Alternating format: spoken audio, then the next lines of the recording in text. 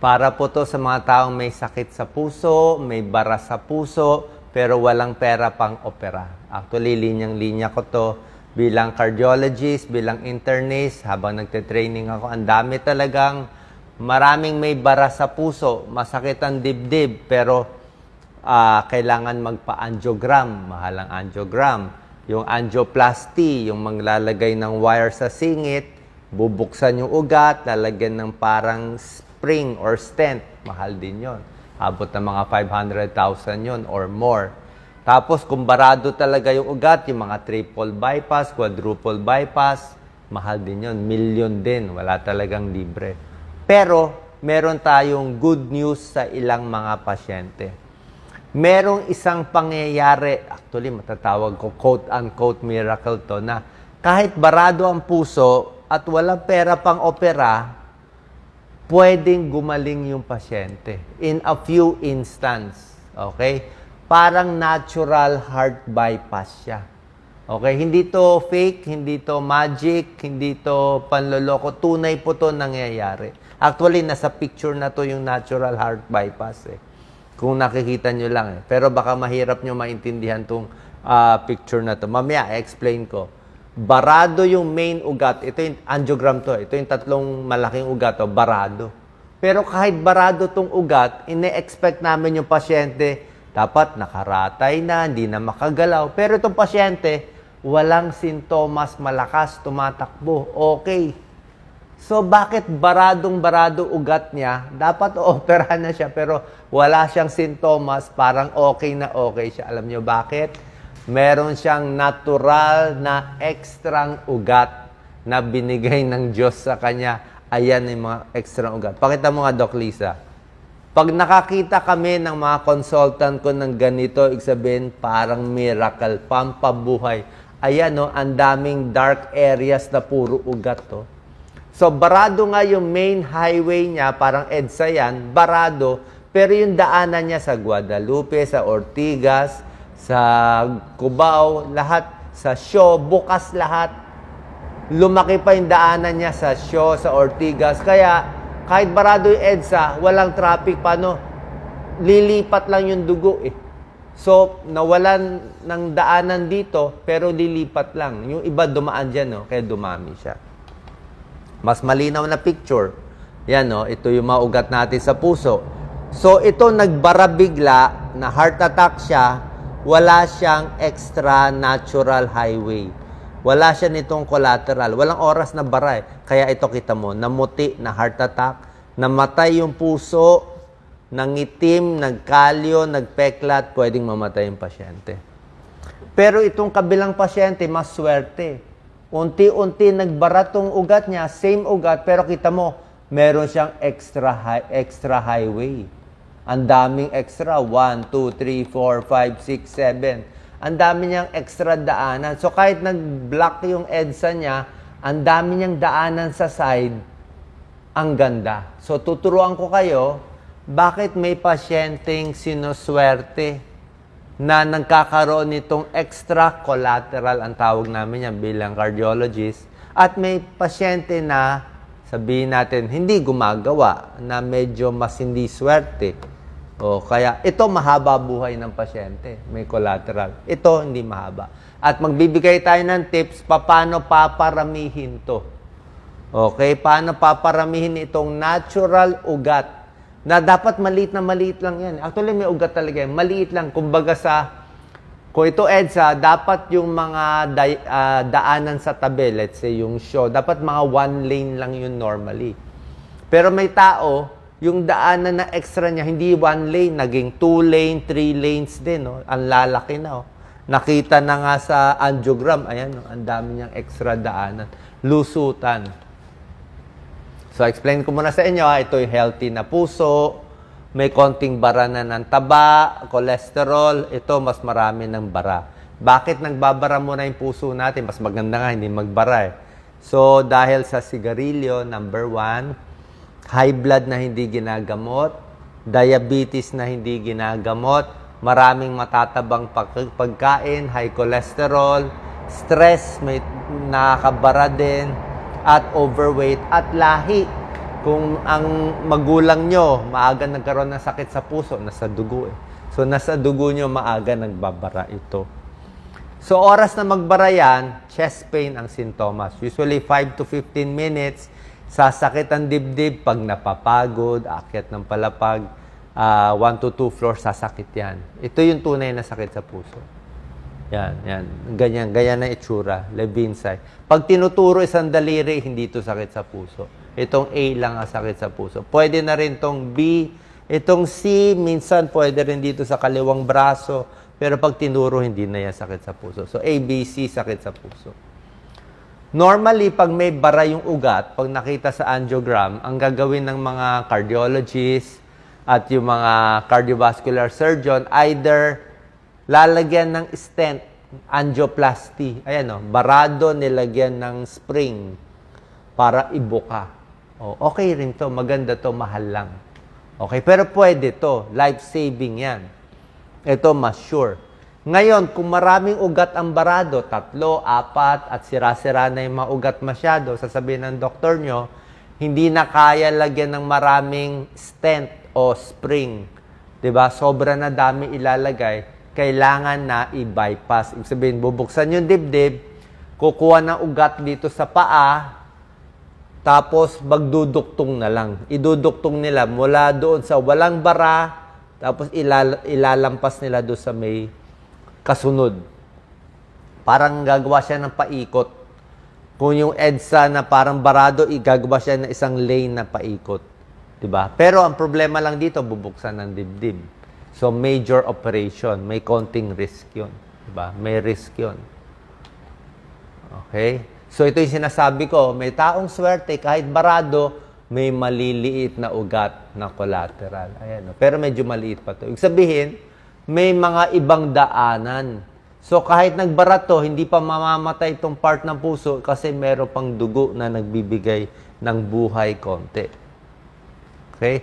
Collaterals, tunay po yan. Natural bypass tawag natin dyan. Okay? Ano yung mga bagay, ito pa sa example, oh. Dapat maliit lang yung daanan, no? Yung mga nag-exercise madalas. So, kahit may bara ka na sa puso, kung unti-unti ka nag-exercise, lakad konti, sasakit ang dibdib, pahinga muna, mamaya lakad konti. So, pag unti-unti lang, doon lang sa level mo, pwede ka ma-stimulate na gumawa nitong mga collateral. Parang to barado. Kahit barado yung isang ugat, dahil nag-exercise ka, dadami ang blood flow. Pag dumami ang blood flow doon sa maayos na ugat, mapipilitan lumaki itong ibang daan.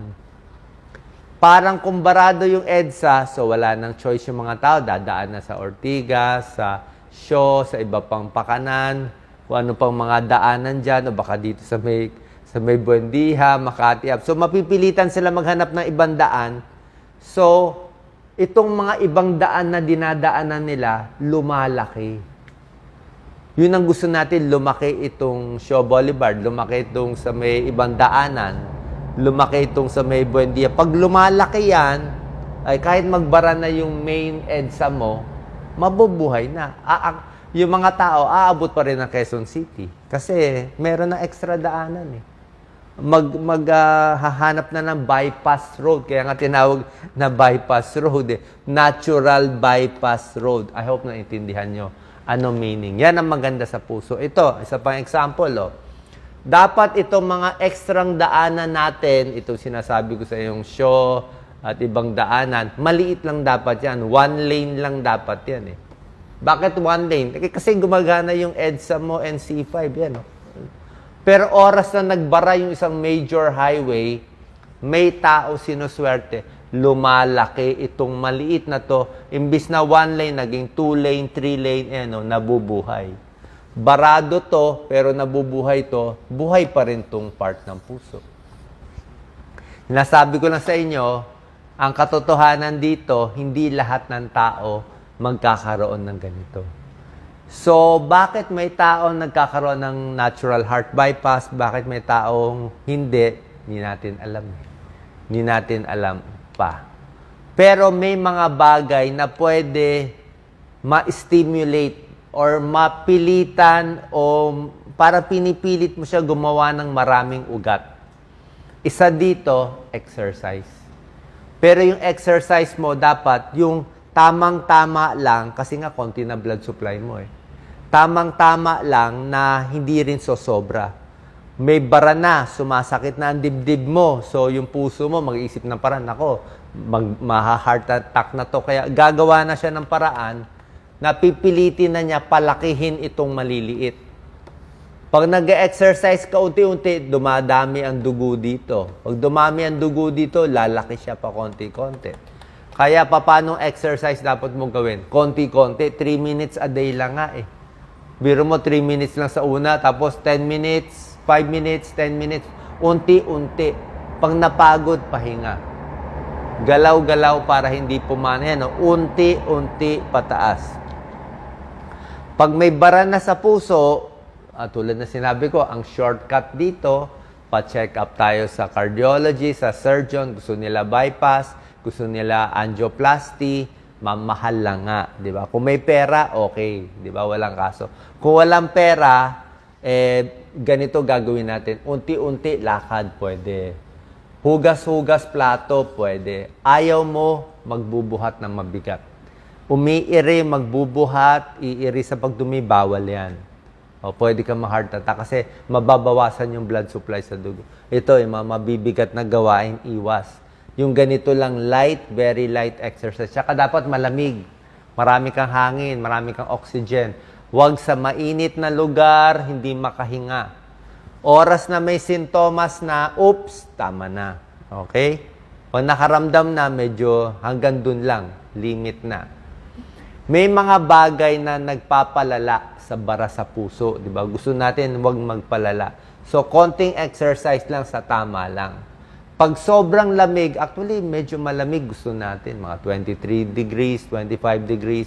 Pero yung sobra-sobra lamig, magbubuhos ka ng malamig masyado, baka hindi maganda sa puso, baka sumikip.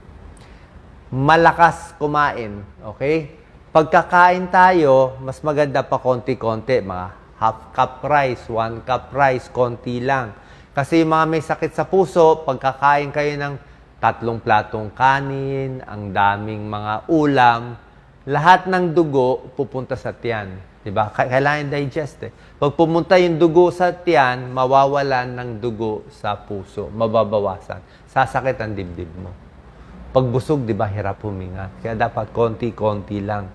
Kasi nga may sobrang stress, sobrang emosyon, sobrang lungkot, sobrang depressed, sobrang happy, lahat yan ayaw ng sakit sa puso. Sobrang taas ang BP, ayaw natin. Yan. Blood sugar mataas, ayaw natin. At yung mga gamot, may tulong din. Yung mga gamot, nakakatulong din yan, pampaluwag ng ugat, hopefully, pati itong mga natural bypass na collateral, mapaparami din yan. Pampalabnaw ng dugo, aspirin, clopidogrel. Yan ang nire-reseta namin. Depende sa doktor nyo. Okay? Huwag gagawin nang walang paalam sa doktor. Kasi may benepisyo, may side effect din.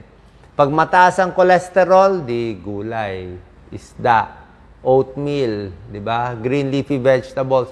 Pero kung mataas ang cholesterol, meron ding mga statin na gamot, may tulong din yan. Mas nababawasan yung bara. Meron ding mga gamot sa puso, beta blocker, metoprolol, pampabagal ng tibok para mas relax yung puso. Calcium channel blocker, amlodipine, felodipine para mas bumaba blood pressure. Nitrates, yan binibigay namin, mga Isordil, Imdur, ISDN, ISMN, para mas bumuka yung maugat. Lahat ito nakakatulong para mas gumanda yung kondisyon ng puso at may time makagawa nitong collateral. Healthy food, wag na masyadong fast food at prito. Blood pressure, ayusin. Blood sugar, cholesterol. Yan, ingat sa BP at wag magpapataba. Masyado mataba, masirap yung katawan. More healthy foods, less trans fat, less salt. Mas maraming asin, mas nakaka-high blood siya. Maraming medical journals. Yan, no?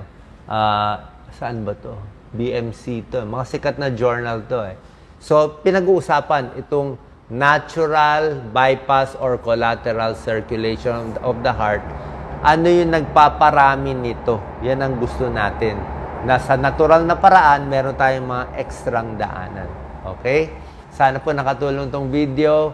Share po natin sa ating kababayan.